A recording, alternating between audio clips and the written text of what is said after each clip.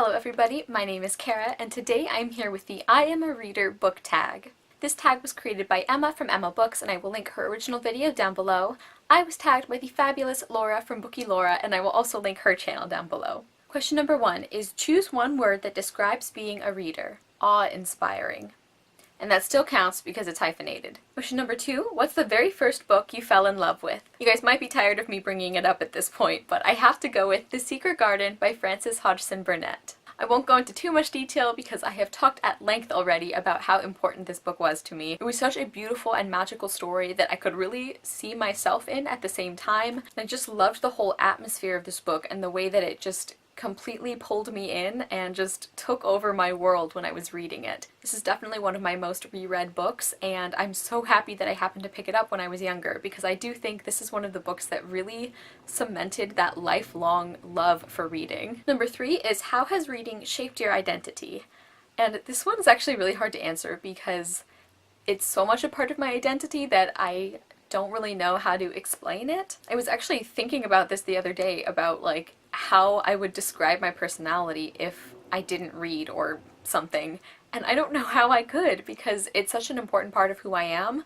Not just the fact that I love reading, but all of the implications that that has for me, like the fact that I believe art is an important part of life. You know, just because a story isn't true or these pieces of art that we create are based off of our imagination rather than something in the real world, that doesn't mean they don't have value. I actually think that's one of the most valuable things in our world, is the fact that as human beings we can be so moved by things that aren't real. I just think that's really amazing. And I think reading also inspires compassion for people who are not like yourself.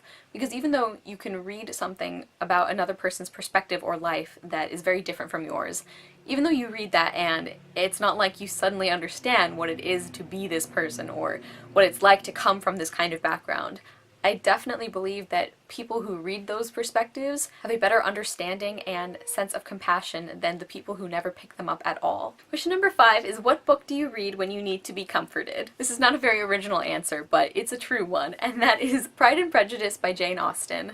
I just love this book so much. I could have kind of said any of Jane Austen's books because she is an author who is very comforting for me, because one of my fondest memories from when I was little is actually a series of memories, and that is every time my mom, sister, and I would sit down and watch a Jane Austen movie while we were sick, or we would read the books together or talk about them. I just don't remember Jane Austen not being a part of my life, so there's some sentimental memories attached to it as well, but I just love this book so much. I know most of it by heart, I think, at this point. If I'm having a really bad week or if I don't know what to read because I just want something to like curl up with and just believe that everything is gonna be okay, I go for Pride and Prejudice. Number 6 is who taught you to be a reader, or did you do it all on your own? I was very lucky in that my parents, especially my mom, always made time to read to us when we were growing up. That was always a huge part of our routine when we were getting ready for bed. And I remember so clearly like some of my favorite picture books from when I was little that I would ask her to read to me over and over again, like Dinner at the Panda Palace. That was my favorite one. It was wonderful. I highly recommend it. And I just feel really fortunate because I do think that that continuous exposure to reading really got me excited about it early on. And by the time I was old enough to begin learning how to read, I was already excited about it because I already knew how much fun it was to experience stories like that. Actually, my mom and I were reading the first Harry Potter book together. I don't remember how old I was, but I was pretty young.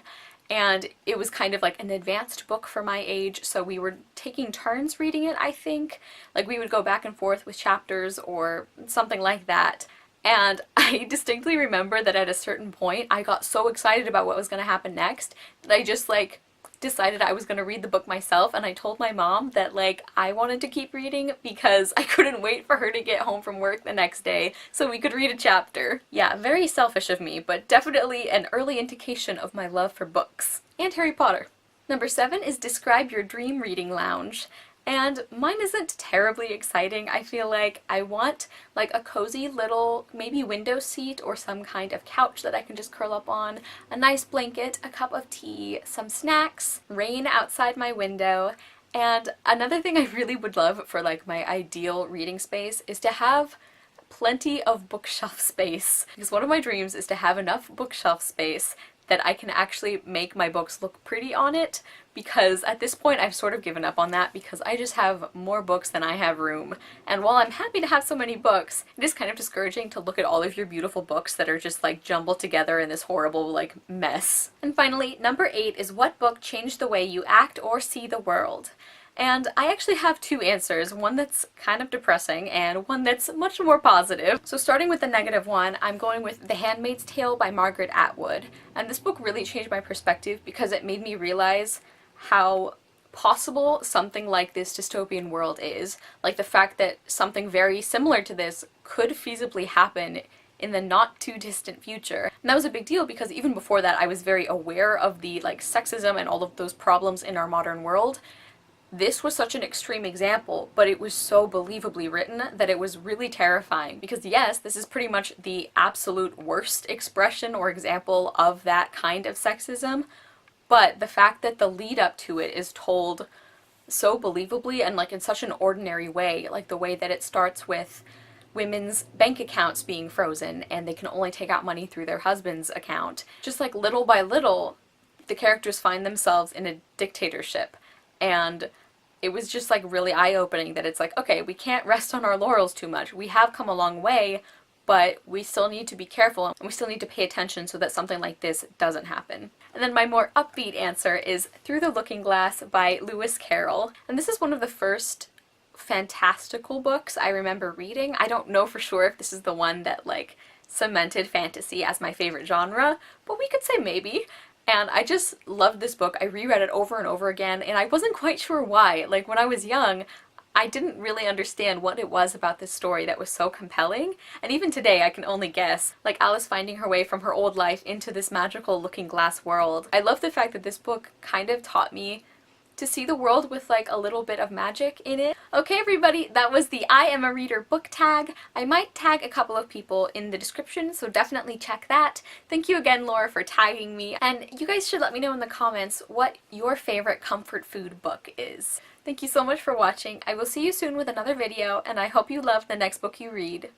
Bye!